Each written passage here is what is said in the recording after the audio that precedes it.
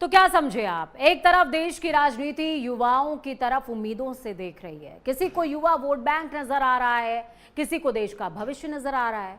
युवाओं से संवाद की बातें हो रही हैं, उनसे सुझाव मांगे जा रहे हैं, बड़े बड़े मंचों से उन्हें राष्ट्र निर्माण की ताकत बताया जा रहा है, वो है भी। लेकिन जरा तस्वीर का दूसरा पहलू भी आप समझिए, जो आपको समझना चाहिए। 2026 में देश में 15 से 29 साल की उम्र के करीबन 36.7 करोड़ युवा हैं, यानी भारत की कुल आबादी का लगभग 26% हिस्सा, जो कि 29 साल का है। यानी करीबन 37 करोड़ सपने, करीबन 37 करोड़ उम्मीदें और करीबन 37 करोड़ भविष्य भी। लेकिन सवाल यह है कि आजादी के 80वें साल में भी ये युवा किन समस्याओं से जूझ रहा है, उन समस्याओं को कौन एड्रेस कर रहा है? क्योंकि हकीकत सिर्फ नारों और संवाद से तो बहुत अलग है। 2025 के PLFS के मुताबिक 15 से 29 साल के युवाओं में बेरोजगारी दर 15 से 29 साल के 25% युवा रोजगार, शिक्षा या ट्रेनिंग तीनों में है ही नहीं। सोचिए, देश का 25% युवा सिस्टम में कहीं दर्ज ही नहीं है, यानी हर 4 में से एक युवा इन 3 रास्तों से बाहर है। फिर आता है स्किल का सवाल। 2025 में 15 से 29 साल के सिर्फ और सिर्फ 5% युवाओं ने औपचारिक वोकेशनल या फिर टेक्निकल ट्रेनिंग हासिल की, और कितनों ने उस ट्रेनिंग को इंप्लीमेंट किया, इसका रेट 11.5% रहा। और स्कूल से कॉलेज तक पहुंचने की बात करें तो 23-24 में 18 से 23 साल के युवाओं का हायर एजुकेशन GER करीबन 30% था। यानी कॉलेज जाने की उम्र वाले करीबन 7 में से 10 युवा उच्च शिक्षा में नामांकित थे ही नहीं। माफ कीजिएगा, 10 में से 7 युवा। यह आंकड़ा सिर्फ नंबर नहीं है, ये उस युवा की कहानी है जो प्रतियोगी परीक्षा की तैयारी में सालों तक लगा देता है, कभी भर्ती का इंतजार करता है, कभी परीक्षा की अनिश्चितता से जूझता है। ये उस छात्र की कहानी है जो आर्थिक मजबूरी में पढ़ाई छोड़ देता है, और ये उस ग्रेजुएट की कहानी भी है जिसके हाथ में डिग्री तो है लेकिन उसके मुताबिक नौकरी नहीं है। और इस बात का प्रमाण अगर आपको देखना है तो देखिए कि एक क्लर्क की भर्ती निकलती है और किस तरीके से PhD होल्डर अप्लाई करते हैं। तो सवाल सिर्फ ये नहीं है कि युवा किसे वोट देगा, सवाल यह भी है कि युवा को वोट देने से पहले उसकी आवाज कौन सुनेगा। उसे भाषण नहीं, बेहतर शिक्षा चाहिए, उसे सिर्फ भर्ती का विज्ञापन नहीं चाहिए, समय पर परीक्षा भी चाहिए, नियुक्ति भी चाहिए। उसे सिर्फ डिग्री नहीं चाहिए, रोजगार के लायक स्किल चाहिए, और सबसे बढ़कर ऐसा भविष्य चाहिए जिसमें उसकी जवानी सिर्फ इंतजार, परीक्षा और बेरोजगारी के बीच में खप ना जाए, बीत ना जाए। क्योंकि करीबन 37 करोड़ युवाओं वाला देश अगर अपनी युवा शक्ति को सिर्फ चुनावी गणित में देखेगा तो ये डेमोग्राफिक डिविडेंड नहीं है, एक गंवाया हुआ अवसर बन सकता है। आजादी के 80वें साल में सवाल युवाओं की संख्या का नहीं, उनके भविष्य का है। क्योंकि जिस देश की सबसे बड़ी ताकत युवा है, वहां अगर युवा ही अपने भविष्य को लेकर असुरक्षित है तो फिर असली सवाल यही कि युवा देश का भविष्य हैं या फिर चुनावी आंकड़ा है। बच्चों को स्कूल में मिड डे मील नहीं मिल रहा है, हम हायर एजुकेशन के ड्रॉप आउट्स की बात कर रहे हैं। बहुत सारे ऐसे सवाल हैं जो आपके जहन में कौंधने चाहिए। जब युवाओं को अपना वोट बैंक साधने के लिए तमाम सियासतदान आगे आते हैं, कुछ तस्वीरें आपके सामने मैं रखूंगी। ये आंकड़े आपको समझने, जानने, ग्राफिक्स के जरिए बहुत ज्यादा जरूरी है कि आप समझें आजादी के इस दिन में कि युवा कितना ज्यादा सफोकेटेड महसूस कर रहा होगा। जहां के आंकड़े, जहां के हालात, ग्राफिक्स डालिएगा स्क्रीन पे, जहां के आंकड़े, जहां के हालात इस तरह की तस्वीरें दिखा रहे हैं, बता रहे हैं। यह आपके लिए समझना बहुत जरूरी है। युवा कैसे हो तैयार, समस्याओं का अंबार है। आपने उनको तिरंगा तो कंधों पे दे दिया, लेकिन उस तिरंगे के लिए देश कितना तैयार है? 22 में से 2022 के अगर आंकड़े की बात की जाए तो यह आंकड़ा कहता है कि ग्रेजुएट युवाओं में भी औपचारिक ट्रेनिंग 2005 के बाद उतनी ज्यादा नहीं है जितनी होनी चाहिए। 26 की रिपोर्ट के मुताबिक 15 से 25 साल के ग्रेजुएट युवाओं में बेरोजगारी दर 40% तक है। अब आप सोचिए, जहां पर बेरोजगारी दर 40% के आसपास है, वहां पर हम युवाओं को सिर्फ और सिर्फ क्या वोट बैंक की तरह इस्तेमाल करने की बात कर रहे हैं? उनके भविष्य की क्या हम बात नहीं कर रहे हैं? इस ग्राफिक्स को रिपीट कीजिएगा। देखिए, लगातार ये हमें समझना बहुत जरूरी है, इन आंकड़ों को अपने जहन में बैठाना बहुत जरूरी है। सबसे पहले समझिए कि सिर्फ 4.1% युवा ही औपचारिक वोकेशनल ट्रेनिंग लेता है, और इस ट्रेनिंग के बाद कितने उसको इंप्लीमेंट कर पाते हैं, ये आपके जहन में सवाल होना चाहिए। कि ट्रेनिंग तो ले ली गई, और कई जगहों पे आपने स्किल सेंटर्स का भी देखा होगा कि वो सिर्फ कागजों में दर्ज हैं। इसके अलावा 2022 में 15 से 29 साल के युवाओं में स्किल ट्रेनिंग सिर्फ 4.09% थी। 26% युवाओं में ट्रेनिंग का जो पैरामीटर है वो पैरामीटर 4.9% के आसपास है। और सोचिए, देश जो है वो कैसे विकास करेगा, कैसे आगे बढ़ेगा, कैसे हम देश के भविष्य की बात कर रहे हैं। ग्रेजुएट युवाओं में भी औपचारिक ट्रेनिंग जो है वो 2005 के 28% से घट करके 22 में 14% हो गई है। यानी कि जो बच्चे ग्रेजुएट पहले हुआ करते थे वो अब घट करके 28% हो गए। जो ग्रेजुएट्स का लेवल है वो भी कम हुआ है। फिर जो ग्रेजुएट हो जा रहे हैं, जो हायर एजुकेशन में जा रहे हैं, उनकी परीक्षाएं लीक हो जा रही हैं, परीक्षाएं वहां पर सुरक्षित नहीं है। तो बच्चे कैसे बेहतर भविष्य की कल्पना करें? दूसरे ग्राफिक्स डालिएगा विंडो में। देखिए, अब लगातार आपको 2 से 3 चीजें समझनी है। क्या समझना है आपको? यहां पर आपको तस्वीरों के जरिए ये बात समझनी है कि 28 से 23 साल के युवाओं में हायर एजुकेशन GER, ये ड्रॉप आउट का मैं यहां पर जिक्र कर रही हूं, जो कि 30% है।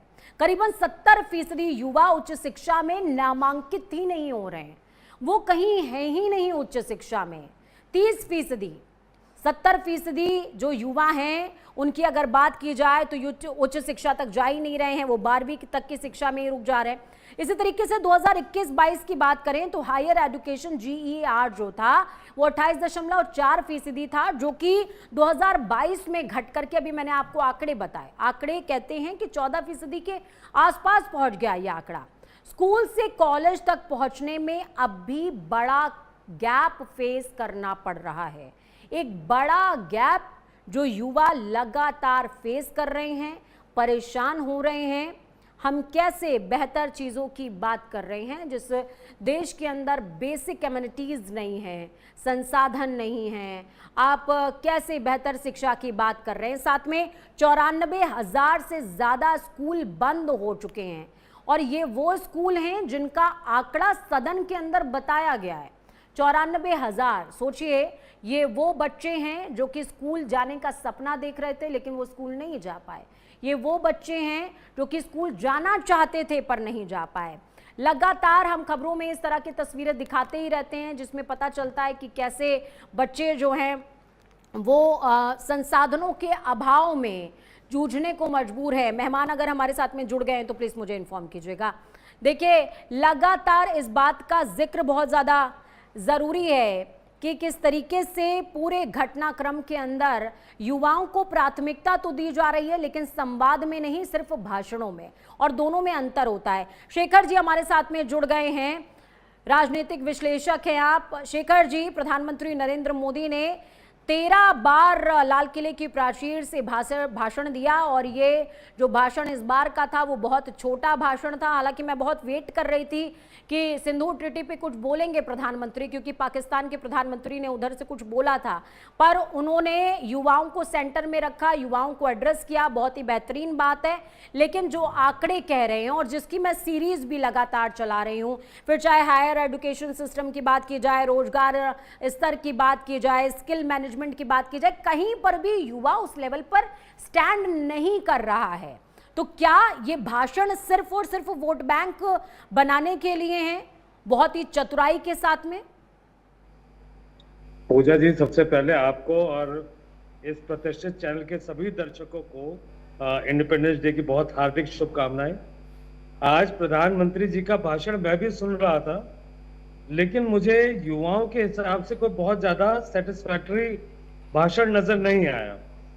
कारण क्या है कि जिस सवाल को आप उठा रही थी कि युवाओं में एक बहुत फ्रस्ट्रेशन है काफी टाइम से, और वो फ्रस्ट्रेशन इसलिए है क्योंकि उनके रोजगार को लेके, उनको रोजगार को लेके जो पॉलिसीज है कि जैसे उनका मतलब पढ़ाई का जॉब ओरिएंटेड ना होना। अभी आप जैसे ड्रॉप आउट्स की बात कर रही थी कि स्कूल और कॉलेज के बीच में गैप बहुत ज्यादा हो जाता है।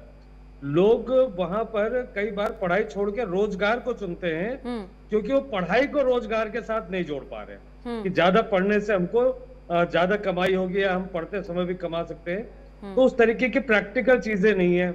मैन्युफैक्चरिंग हमारे देश में जो है वो बहुत मतलब लिमिटेड रह गई है।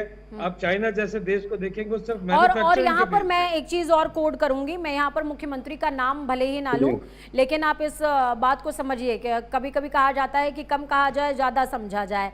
अब सम्माननीय मुख्यमंत्रियों की सीरीज की अगर मैं बात करूं तो कुछ मुख्यमंत्रियों का अभी मैंने संवाद सुना जिसमें वो बच्चों से बातचीत कर रहे थे और ये 12th तक के बच्चे थे शेखर जी, और उनसे जब संवाद हो रहा था बच्चे कह रहे हैं कि हमें स्किल्ड एजुकेशन दीजिए, गेम्स को प्रायोरिटी दीजिए, ऐसी एजुकेशन सिस्टम होना चाहिए जिसमें हम वोकल बन पाए। तो उधर से जवाब सिर्फ इतना था, हाँ हम कर रहे हैं। आपका नाम क्या है? हाँ हम ये कर रहे हैं। कैसे इसको देखा जाए? ये बहुत हास्यास्पद लगता है। जी पूजा जी, वही बात है कि कृषि में बहुत नई नई तकनीकें आ चुकी हैं, लेकिन कृषि को लेके जो हमारी यूएस से जिस तरीके से डील हो रही है, और जैसे 3 काले कानून आए थे उसको सरकार को वापस लेना पड़ा। कृषि आज की डेट में कोई बहुत ज्यादा युवाओं को प्रेरित करने वाला रोजगार नहीं रह गया है। कृषि को छोड़कर जब वो वैसे मार्केट में आ रहे हैं तो जॉब ओरिएंटेड चीजें नहीं है। तो अच्छा, नौकरियों की जब बात आती है तो कॉम्पिटिटिव एग्जाम्स को लेके इन्होंने जरूर फ्री ऑनलाइन कोचिंग की बात करी है, लेकिन एक सवाल ये भी है कि उन कोचिंग के थ्रू नौकरियां कितनी है? आज कितने सारे सरकारी डिपार्टमेंट है जहां पे बहुत सारी वैकेंसीज हैं, सरकार उनको क्यों नहीं भर रही? ये अपने आप में एक बहुत बड़ा सवाल है। बिल्कुल। तो और जो एजुकेशन बच्चे पा भी पा रहे हैं उनको उनके अकॉर्डिंग जॉब्स नहीं मिल पा रही। अभी मैंने जिक्र भी किया था कि क्लर्क की पोस्ट निकलती है, पीएचडी होल्डर उसमें अप्लाई कर रहा है।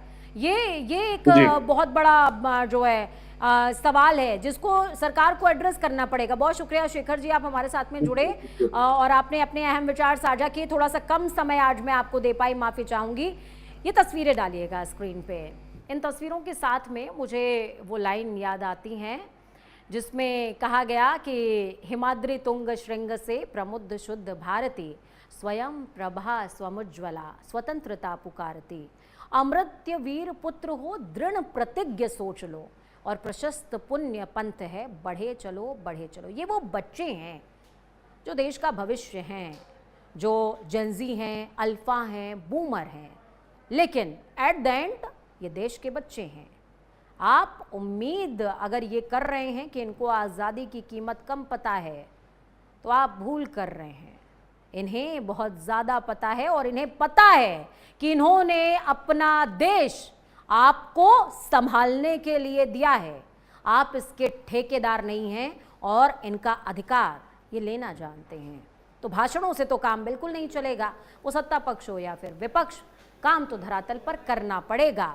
और बहुत बेहतरीन बात है कि लाल किले के प्राचीर से जो बातें कही जा रही हैं, अगर वो धरातल पर उतरे, इन तस्वीरों में परिवर्तन आए, बच्चे अधिकार की लड़ाई से क्लासरूम में वापस जाएं और वहां पर पढ़ पाएं।